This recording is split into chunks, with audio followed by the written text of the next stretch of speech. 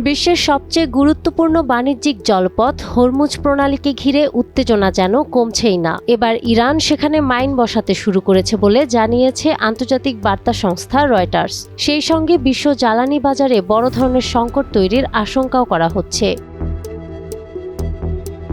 রয়টার্সে বলা হয়েছে, ইসরায়েল ও যুক্তরাষ্ট্রের সঙ্গে সংঘাতের মধ্যে কৌশলগতভাবে গুরুত্বপূর্ণ এই সমুদ্রপথে মাইন পেতে রেখেছে তেহরান। এর ফলে জাহাজ চলাচল কার্যত ঝুঁকির মুখে পড়েছে। মঙ্গলবার যুক্তরাষ্ট্রের সেন্ট্রাল কমান্ড দাবি করেছে, হরমুজ প্রণালীর কাছে মাইন বসানোর কাজে নিয়োজিত ইরানের অন্তত 16টি জাহাজ ধ্বংস করেছে মার্কিন বাহিনী। এর আগে মার্কিন প্রেসিডেন্ট ডোনাল্ড ট্রাম্পও দাবি করেছিলেন 10টি মাইন বসানো নৌযান ধ্বংস করা হয়েছে।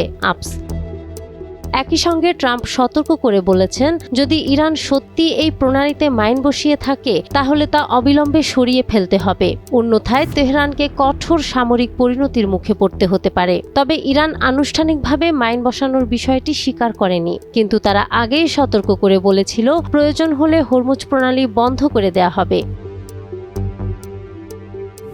বিশ্বের প্রায় 1/5 অপরিশোধিত তেল ও তরলীকৃত গ্যাস এই সংকীর্ণ জলপথ দিয়ে পরিবহন করা হয়। ফলে এখানে সামান্য উত্তেজনাও বৈশ্বিক অর্থনীতিতে বড় ধাক্কা আনতে পারে। বিশ্লেষকরা বলছেন, হরমুজ প্রণালীকে কেন্দ্র করে এই উত্তেজনা মূলত ইরান ও ইসরায়েল যুক্তরাষ্ট্র যুদ্ধে এক ধরনের চাপ তৈরির কৌশল, যেখানে সামরিক শক্তির পাশাপাশি জ্বালানি সরবরাহকেও অস্ত্র হিসেবে ব্যবহার করা হচ্ছে।